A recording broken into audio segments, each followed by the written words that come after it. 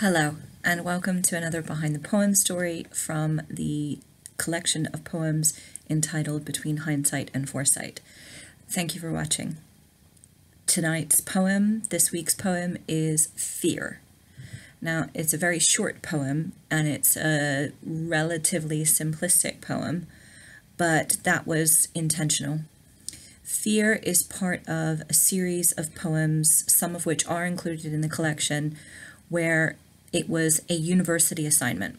I was doing a module on reading poetry, and we were given the option to either do research and do a traditional kind of essay research paper, or we could write a certain number of poems that were to imitate the styles or imitate the themes and ideas in some of the poetry that we had read that term. So I decided, obviously having written poetry for a very long time and loving it very much, that I would choose that option, that I would choose to write a series of poems and give an explanation as to how it linked with some of the poems that we had been reading as part of the module.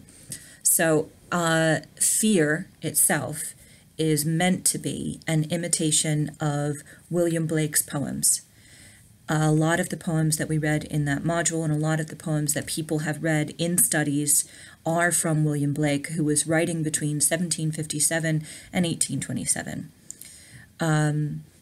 He was a prolific poet. He was a very, very opinionated writer. Some say he was a little bit crazy. He was also an artist who was involved in the type of art called woodcutting, and he would use some of his wood cuttings and paintings as part of his poems.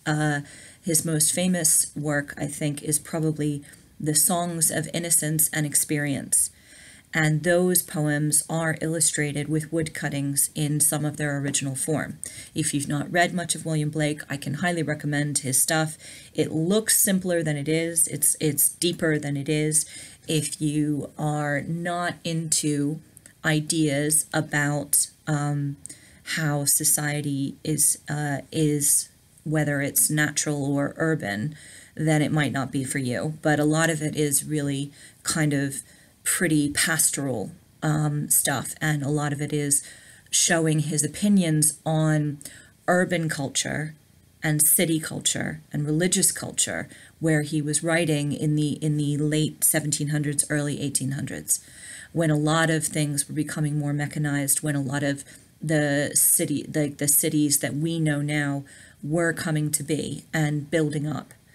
He has very strong opinions on government's involvement in that. He has very strong opinions on religion's role in society's decay in the urban setting.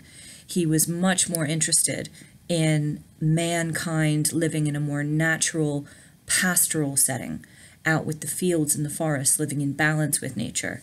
And Songs of Experience and Innocence really display those terms. In Songs of Experience, you get his darker opinions, his thoughts that London and various other urban style settings were dark, were painful or damaging to young children, were damaging to the poor, were damaging to mankind in general. The really famous poem, Tiger, Tiger, Burning Bright in the Forests of the Night, is from Songs of Experience. Equally, Songs of Innocence, the other part of the collection that he published, were the opposite. And a lot of the ones in Songs of Innocence are direct opposites to the Songs of Experience. In the opposite in Songs of Experience to the tiger, Songs of Innocence has the lamb. And the poem The Lamb almost sounds like a nursery rhyme, a really simplistic, childlike, childish innocence to it, which is directly opposed to the dark and destructive kind of violent imagery in the tiger. Fear, my poem from the collection, was meant to imitate that concern in how we are as human beings, what we give into in terms of temptation. It uses very simplistic imagery, but a lot of kind of standard ideas involving references to original sin with the garden and leaving the garden. It literally lists the sins of the traditional 7 deadly sins that would get us put into perdition, that kind of idea. It also brings in a couple of myths, a couple of standardized symbols. Black rose in the garden, or black sheep, the beast, is often referred to in mythology as a dangerous creature, or the devil, or someone from the underworld. And right there at the end, it brings in the myth of Persephone. Now, the reason why I bring in the myth of Persephone is because I have a vast interest in fairy tales and legends and myths in general. But I do like the idea that we used to explain our world and everything that happened in it through stories about capricious godlike creatures that determined when the seasons would change. And part of the reason why I included the Persephone myth in a mythic kind of poem about the 7 deadly sins and what we are afraid of, what we fear as mankind, is because what we fear is judgment.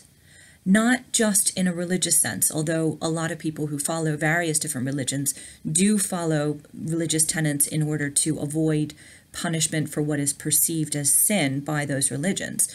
It's not just religious fear, though. It's not just fear of judgment by a godlike figure. We also fear society's judgment. The 7 deadly sins, things like gluttony or lust, are often part of the fear of society. If women enjoy relationships or physical contact too much, they get the judgment that they are lustful or crazy or somehow wrong as a woman, that we're not supposed to enjoy physical contact. It's the same with things like gluttony or greed. You know, greed and ambition are very, very close. What you want something, when you want too much, you go over the line of ambition to greed. But obviously ambition is encouraged to better ourselves, to make more of ourselves. So there is a very, very thin line in all realms of society, in all realms of culture, where we fear judgment because we want something too much or we do something too much.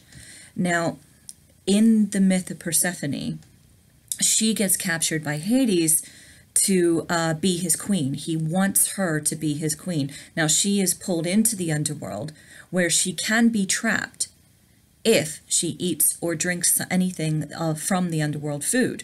Her mother, the Demeter, the goddess of the seasons, or the goddess of the harvest, wants her back. And so obviously she is battling Hades. She's getting a hero to try and get Persephone back. And she does, but only after Persephone has eaten 6 pomegranate seeds. And so in ancient times, they used this myth, this idea of her having eaten 6 seeds and therefore having to spend 6 months in the underworld as Hades' queen, and then 6 months above ground with her mother, to explain the seasons. That spring and summer are the 6 months that Persephone gets to spend with her mother, and her mother is happy, and therefore the harvest is rich, and plants are growing, and flowers are growing. And when the goddess Ceres or Demeter is happy, then we have good seasons. During the 6 months that Persephone is forced to spend in the underworld with Hades as her husband, because she ate the 6 seeds of the pomegranate, those 6 months we spend in autumn and winter, when her mother is so upset that she won't let anything grow because she has been separated from her daughter.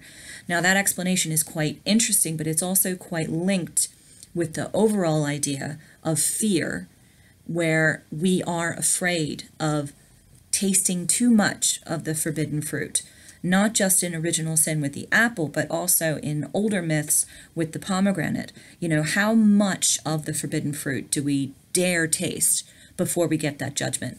How much do we risk judgment by society, judgment by a religious figure, before we don't try it? We don't risk it. We don't have the forbidden fruit, because there's only a little taste of it can catch us. And so I know that's a really long, kind of complicated explanation for a relatively short, relatively simple poem, but I was really quite proud of it, and I thought that it would imitate William Blake very well, which was the assignment. So that's our story for this week. Thank you very much for watching. Please do feel free to share any of my videos and let people know about the book Between Hindsight and Foresight if you think that they would enjoy just a little bit of poetry and lots of random. Have a good evening.